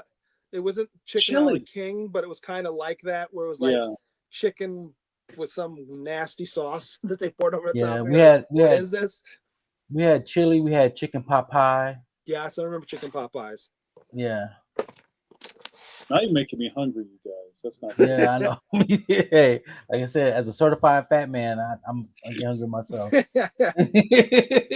So C-Bizzle with 11-1. You're on a two-win hot streak. Mm. So you Yes, get to finally. choose from the chat.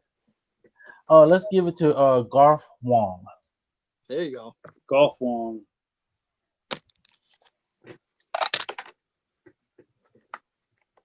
Got it.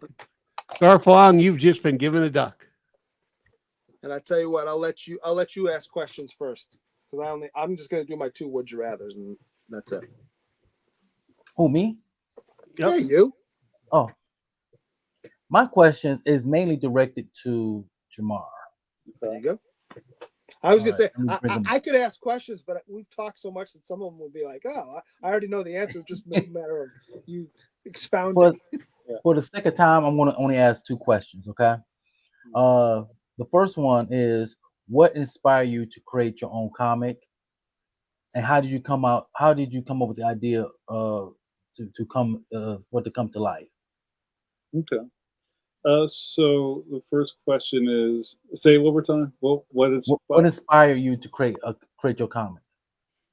So I think the first thing that inspired me to make my comics is that I like telling stories. I also enjoy kind of creating things that don't exist already. I know in a lot of spaces people kind of argue over things that don't really seem to make a lot of sense. Like, how come there's not, you know, Black Bart Simpson? Like I never really thought of that stuff because it doesn't matter. Like Bart Simpson's not, he's yellow. Like, why are we having Right. this conversation? You know what I mean? So I always enjoy just kind of making characters up that were my own. And then I guess the next part of that was just, like storytelling and engaging people and making my friends laugh. A lot of those things all come hand in hand. And challenging myself. Like everything that I've done is also always a little different than the last thing I've done. So kind of where I am now in this world is like like I said earlier, I wanted to make really good books. So that's why I make comics. Nice. And my second question, like I said, I won't keep it just to 2 questions. What has been the biggest challenge of being an independent creator, and how did you overcome it? It's a great question. I think one of the main things about being an independent creator is you really have to be self-motivated, because this cartoonist named Campbell White said this a long time ago, and I really love Campbell White's stuff. You can look him up. It's CAMPBELL, White with a Y. His artwork looks like, remember, some of you guys are old enough, remember Atari? Mhm. Oh yeah. Remember when Atari would have... I found mine. It's in my living room. I've been cleaning it. I found mine, and I got a Nice. stack of games too. Oh man, I send it to actually my PO box. Well, got rid of an here's the old. thing is now I'm sitting there to figure out how I would hook it up to a TV, because remember it was always the prongs. Oh, the forks, right? So They have an adapter for it. Yeah. Of course they do. You remember you would get the little catalogs, and they had this really 70s cartooning art style that Yes. was in the catalogs. Or like football players playing football with Atari, which is just robots going like this across the screen. Anyway, he said this really interesting thing once. He says, nobody is looking for your comic. So if you never do anything, it's all on you. You know what I mean? There's nobody sitting somewhere going, oh, I really wish Research Guy made a comic. Like, you have to propel yourself, right? Yeah. So I think that's the biggest hurdle we all face. And then it's also getting people to believe in what you're doing as being real. I've said for a long time, like, I've been promoting Leon for almost 15 years now. And it doesn't seem that way, but I've been kind of working on Leon in some shape or form for a long time. And the biggest thing was, oh, well, I've never heard of this. Then that means it's not real. You know what I mean? Yeah. Or, Yeah. or I like to say, my book is called Not Batman. Right. You know what I mean? So you have to kind of fight against this wave of the known when you're an unknown. And I think a lot of people just kind of fall down because it's a really hard mountain to climb up. But, if you don't give up and you keep trying, sooner or later you get to the top, and people go, oh yeah, I heard of that. Yeah. But it takes a really long time. You have to be patient. You really have to be patient. That was a great question. Thank you. That's all my questions. It's on you, Grinch guy. Very good. One of the things that made me think of while you're saying that too about is that I think, I mean, I struggle with this daily because it's motivation, your own motivation, unless you're getting paid by somebody else. Right. Is I keep telling myself, this is a story that's inside you that you have to get out, because you're right, nobody's asking for it, and I want to get it out, so I have to finish it. Yeah, you have to. Like, you have to finish it, and don't let it fester. And even if I tell a lot of people who are trying to get started, and maybe their idea is too big, or maybe they have everybody's got a magnum opus space opera in them. Yeah. But that's going to choke you out. I mean, what do they say? Like, how do you eat an elephant? A bite at a time. Right. You know what I mean? So start off with just let's just focus on these two characters in this world and have them stand in front of the trash compactor having an argument, and just finish that, and then do the next thing and the next thing, and next thing you have something. But I think the biggest thing with all of us is just finishing things. I'm sure we all have a drawer full of things that just kind of stopped somewhere. Pick them back up and just finish it. And then that accomplishment is really infectious and makes you want to do the next one. Yeah, and you can use that same philosophy on being a YouTuber. You have ideas that you want to get out there, because nobody's not looking for your YouTube channel, because they don't know who you are, right? So you can use that same philosophy with that, it's strange enough that I'm starting, and this might sound crazy, I'm starting to listen to Eminem's "Lose Yourself" every single day. If you ever listen to the lyrics, he said you'll get opportunities. You got to jump on those opportunities right then and there, and don't let it pass you by. And so I keep listening to that every single day. So it keeps reminding me, hey, you have opportunities out there. People don't know who you are because you're not presenting yourself so people can find you. So I use that. I'm trying to use that as motivation to keep getting my stuff out there and share it with the world. I love it. I love to see the energy is great in this room, and I think that's important, and also to be around people who are just going the same direction. Yes. When they talk about surrounding yourself with people that are better than you, I believe in that. 100%. Community is really important, and just I think that kind of stuff breeds success. Everybody's got a goal. It might not be your goal, but it's hey, how far did you get this week? Oh man, I had a bad week, but accountability partners is a really good thing. Motivating yourself, it's like having a buddy you go to the gym with. Yeah. What do you mean we ain't going, man? Put your shoes on. Let's go. All right. That's what I need right now. As a certified fat man, I need somebody to call me up and say, "Hey, let's go to the gym." yeah, buddy. I think all that's really important, and sometimes you got to make it yourself. And if you're surrounded by people who don't get you, which I'm sure we all find ourselves in those spaces a lot, find people who get you. There's an audience for everything. That's kind of what we were talking about earlier. For mini disc players, right? Laser disc. Laser disc people, they're out there. Indeed. All right, Grinch guy, what you got for us? I got two would you rathers. I'll go with the grosser one first because whatever, and we'll finish with one that's kind of just ridiculous. And I think I came across it somewhere. The first one is: would you rather be on the toilet and run out of toilet paper, or be in the shower all sudsed up and there's no more water? Oh, shower. Toilet. I think I'm going toilet too because I'll go with toilet. I can figure things out. I can shower. We have systems in place. Like a dog. He's just yeah, just Yeah, like you could just dry yourself off and you'll be pretty clean. Yeah. But also You like feel they're both sticky all day.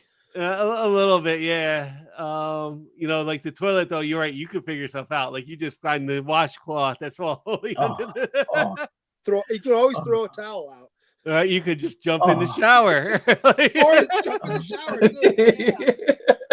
As long as we're not talking about waffle stomps. The- Oh. Oh. Not waffle stops. Oh. that sounds like a really gross hobbit, like Mary waffle stomps. Oh. Sorry, guys. This is a family show. No, I'm you're good, you're good. Oh, not our show. Our other shows, yes, not this one. This one, this one kind of goes back and forth. Yeah. Yeah, It we can depends. kind of zesty up in We're a here. little more blue, if you will, than Yeah. the Sunday show. Yeah. I love it. The other one is: would you rather eat a seeing eye dog or a talking gorilla? Oh, Man. I told will you I it's ridiculous. eat? This one's ridiculous. This is You said eat to Eat. consume? I'll take the dog. Yeah, yeah. I guess I would take the dog in that one, but just because of That talking gorilla be trying gorilla, to talk it's me like, out of it. but it's a senile dog. Like it is like you're That's what taking I'm saying. someone. It's a seeing eye dog, so you're taking potentially eyes away from someone. That I'm was, okay with that. that's weird. I like. Yeah, I'm okay with that. Well, 'Cause could you imagine like you about to go kill the gorilla that talks, and he's like pleading with you, talking about he has a family. Think of the children. Think of the children. So no, I gotta go with the dog. That's Oh. Fair wild. enough. That's wild. Yeah, I love this art I'm seeing. Oh, thank you. Yeah, we can show if you want. Yeah, can I see it? Well, first, before we show it, we gotta do. Wait, do we show the art and then do the last duck, Phil? However you want. I don't think we we got the last stuff to do, so you know what we'll do the art right at the end, but I'll go through like a lot of that stuff right now. How's that? sure. Yeah. So I'll let me share my screen and share screen, and it's going to be the entire screen, and it's this one. All right, Did you get my image for the next show as well? I'll show that too. Yep. Oh, sweet. So Tardy Voice is the hashtag. We'll come back to that. So we'll start off here with Alternaverse Comics. That is the official comic shop of the Council of Comics, where me and Green Shirt Guy and Cliff and Sam, we all go there. We get our comic books every week. 845-233-4234. Get in contact with Anthony and get on his pull list. All the comics come bagged and boarded, and he'll ship out through the nation. 10% off your pull list. Pause. So let's big shout out our guest today, JAMAR Nicholas. Thank you so much for joining us on Fill in the Blanks today. Do you got any events coming up? Anything? Yeah. No. Well, yeah, Tell him about all your other stuff. I mean, I would be remiss if I didn't say go follow his Patreon. oh yeah, thank He you. does Yeah, a bi-weekly podcast that is worth the price of admission, if Thank nothing you. else. for the price of a hot latte with oat milk, you can join my Patreon, where I do a lot of behind the scenes studio stuff, and I do a weekly thing I call Morning Constitutional. It's not what it sounds like, but it's I kind of give good words of encouragement for the upcoming week, and also I do some art reveals, not like Green Shirt Guy says, and I have a bi-weekly Ask Me Anything podcast with Mike Hawthorne, Marvel DC superstar artist, who and I are like old buddies from the trenches of comic books. So yeah, it's great. And also can I plug my podcast? Also? Absolutely. So on our YouTube channel, it's called Pencil to Pencil. Great, it's great. Thank you. We have a show called Pencil to Pencil, and it's kind of like the formats like this. It's me, superstar comic great Mike Manley, if you remember Dark Hawk, and those Marvel classics. That's my good buddy Mike Manley, who's one of the hosts, and also Steve Conley, who's a webcomic pioneer who does the Middle Age on webtoons. We host that every week, and we have a lot of guests on the show, which is great. Also, I have this thing called Coffee Break with JN. When's that coming back? It's been a while. Once I get through my deadline, I'm gonna okay. Coffee Break down. We keep looking every Thursday, like, oh, not yet. It's soon, not yet. Where you get to hang out with me, and I drink a cup of coffee and run my mouth. And when I'm out of coffee, the video is over. That's it. Right? Yeah, that's it. That's it. And I do Coffee Break also on that channel too. So it's a lot of fun. And Coffee Break is always, so we do this show every 2 weeks on Thursday. And Coffee Break, I always go, when we're done, I kick over to Coffee Break. Oh, wow. Well, yeah, well, let me know. I don't want to interfere with you. No, because we do it ours at 7. So you usually do that at 9. So I've got time to go eat something and sit down, and yeah.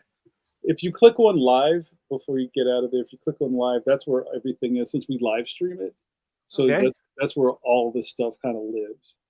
So you can see some of the guests that we have on there, and Judd Hirsch. That's my Coffee Break show. Love it. So yeah, we got a lot of big shots on the show as well. So it's good stuff. Yeah, guys, if everybody's watching, I just put the link to his YouTube channel in the chat, so that way you guys can click on it, subscribe, like, comment on all their videos. All of them. All of them. Thank you so much. And there are quite a few, so yeah. Yeah, we've been doing it for like 5 years. So the Council of Comics is us. That's our YouTube channel. We're up for a couple comic book community awards, guys. So go vote for us. Yeah, that's awesome. Sam just dropped the video. He just bought 200 comics at a 50-cent sale. Wow. Oh, wow. So I haven't watched it yet. I watched it. I'm beefing with him right now about it. So that's in there. So that's like that's like $40. Like how much is? Yeah. Oh, yeah. Like, I went to public school, man. I don't know if that's right. So he probably spent like $100 and came back with like 200 comics. Oh, there you go. Yeah. Let's see. Yeah, I was wrong. Yeah. That makes more sense. $100. It's fantastic. Council of Comics, and we are back for August 24th. This Sunday, we'll be doing Demolition Man. C-Bizzle. I'm so excited for this movie. This is my favorite movie of all time. Wow, that's amazing. So Demolition Man, we'll be reviewing that. That's your homework. I'll be watching it like sometime this weekend. And we are also back Monday. August, it's hidden, but it'll be August 25th, 2025, 8 p.m. for the new keys and hot comics of the week. It's episode 156. Wow, you guys ain't playing around. Hulk, We're on 3.5 times a week. yeah. We only do this every other week. We're on and finally, since I'll close this out. I'll show this to you again, Tardy Boys. But Fill in the Blanks is coming back September 4th, and oh man, am I excited for this Fill in the Blanks. All right. Where whatchamacallit, like I wasn't really a big fan of Captain Planet, but when Powerpuff Girls. I thought we were doing Gargoyles, or is that the one after? I think that's one after. Oh, okay. Oh man, I am going to have so much good things and so many memories are going to come. I am looking forward to this one. I got an idea for the cartoon. Like, look, I bought the Dynamite Powerpuff Girls issue number 1 because they were a cartoon that like kind of nice. I was very into, and we'll talk about it like more in a couple of weeks. Because it's one of those things. Yeah, you know what? Because I think about it, and I'll even watch a few episodes in between there. But like, the Powerpuff Girls like was not really a kids cartoon. Like that's one of the things that like you're not wrong. So that it was marketed as one, but if you it rocked as one, but it really wasn't like a kids cartoon. Yeah. And finally, Tardy Boys. We got 5 entries and 6 people watching, which is very close. So 5, 4, 3, 2, and 1. Let's draw. Oh, that's my phone going off. Should have. Hold on. You gotta take your shot. Don't stare at my stomach. Hey, Hey, There we go. Space Collectibles. That's what's up. I think the only reason why Space Case won is because I didn't see Canadian Survivalist in her. oh, Had to leave early. yeah. Yeah. All right, and I will stop sharing, and I will make it to this view, I think. And nope, that's not it. That's not it. That's close to it. There we go. Oh, yeah. And let's see what we got. C-Bizzle. Alrighty, first. alrighty. Gonna do this like this. Yo, that's dope. I love it. Look at that. I like his dreads. That's hot. Yeah, I You know appreciate what? that. You know what the funny thing is? I Yeah. always suck at drawing dreads, but for some reason, I was on point on this one. Yeah, So, I like that. You know, it's from crispy. now on, I'm gonna keep this book near me. So I said, hey, I need to draw dreads. So keep this book near me to make sure I draw them correctly. I feel seen. Thank you. I appreciate it. Yeah, absolutely. That's I had dreads. I just cut them off Oh. last year. How'd that feel? Strange. Yeah. Oh, very strange. Because I had them, they were about here. Mhm. And I just got rid of them. You still have them in a baggie somewhere, or you got rid of them? No, it was cold turkey. Oh, yeah. Let it go. I was growing them out for about 5 years, Yeah. 5 or 6 years. Yeah. And I'll call them my COVID dreads. Oh, you're COVID. That's when I started growing because I couldn't go to the barbershop. So I said, well, I'm just gonna grow it out. That's fantastic. Well, I'm sorry for your loss, but congratulations. all the same. Hey, green shirt guy. The green shirt guy. Hold on, just throwing some paper out of the way. 1 sec. So I did a little homage one to a Batman cover. It's one of my favorite Batman covers. Yeah. And I went with, yeah. Yo, I like that. I don't know if you can tell what this is down here. That's the playground. That's a jungle gym. That's Yeah, dome, yeah. You know those Yeah. yeah. You're putting geometry in that. Yeah. That's I fantastic. think that's the closest he's gonna get to a gargoyle. Times, but yeah. I love I think I that. might actually color this. I was gonna say that's close to a gargoyle. I love that. You know, the hardest thing to do is cape drapery, like trying to make the cape do stuff. Yes. You Yeah. know? Well, that's fantastic. Thank you, green shirt guy. I love Absolutely. it. I would love to see these when you guys are finished with them. That's fantastic. Absolutely. I'll share them on my social. There you go. Nice. Thank you. This is great, man. Thank you. And it's an honor to me to have something that you guys feel is worth recreating and drawing yourself. So that means a lot to me. I appreciate you guys. We'll have to have you back when the new book comes out too. Oh yeah. It was fun. Like, just the book was great. Both books were great. So, and then when I saw that we're doing this, and then I saw the character, and it was just fun drawing the character. So Thank you. And that's kind of what I wanted. And the wildest thing, and I'll leave you with this. The wildest thing about creating something that is like actually connecting with people is the things that you put into the universe mean things. So keep creating. Mm-hmm. Absolutely. Definitely, I could agree with that. Thanks, guys. Awesome. Thank you so much for joining us, Jamar Nichols. For myself, Thank you so much. And C-Bizzle. also, Phil, I see that pinball in the back of your studio. I'm feeling that. Yeah. I see you. Yeah, it's a virtual like pinball machine I built like right after 2001. I built it, and it opened up a door to so many like games and like Mhm. like a lot of people like they think about like the old arcades, and one of the things I think about is the like the pinball machines Mhm. at the old arcades, because like the old arcade used to have like a wall The wall of of pinball. like a wall of pinball, Hmm. and now I got like the home console version of that. So Does it have? Do you have like different tables that you can load up on it? I have about there's probably around like 300 tables on So there. that and Laserdisc, you got it all covered, man. I love it. Yeah, yep. There's like 300 tables. Some of them are like based off of like actual old arcade pinballs.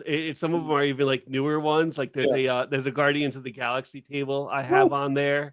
Nice. What? And there's also like the pinball FX tables. So Mhm. like the Marvel Civil War is there. So there's so many great tables. Like I could play that. I'm for coming a back over to your house, Phil. Yeah, yeah. Hold on. Before we go, I just wanted to ask you. I'm a big old video game and arcade dude. I was born in the arcades. Yeah. Same. Office. Have you ever played ice cold beer?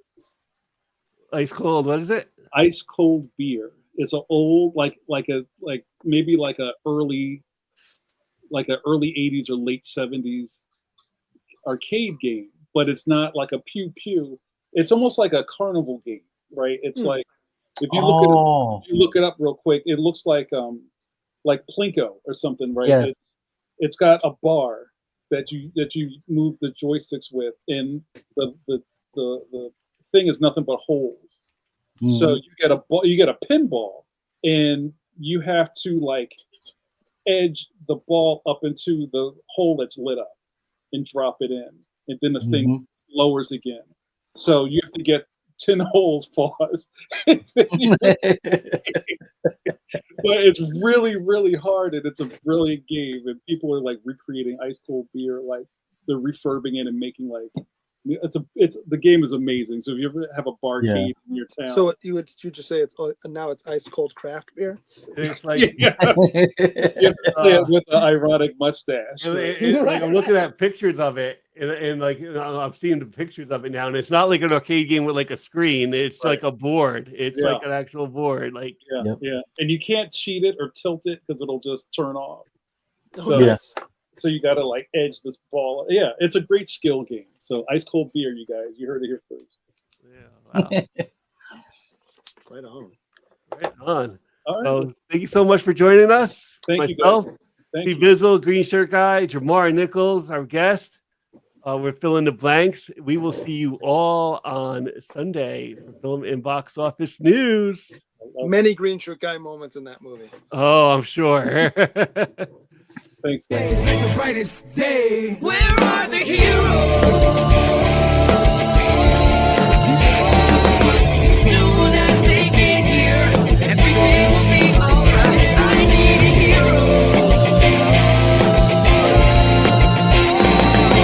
Someone superhuman who can come and save my life. Crisis after crisis.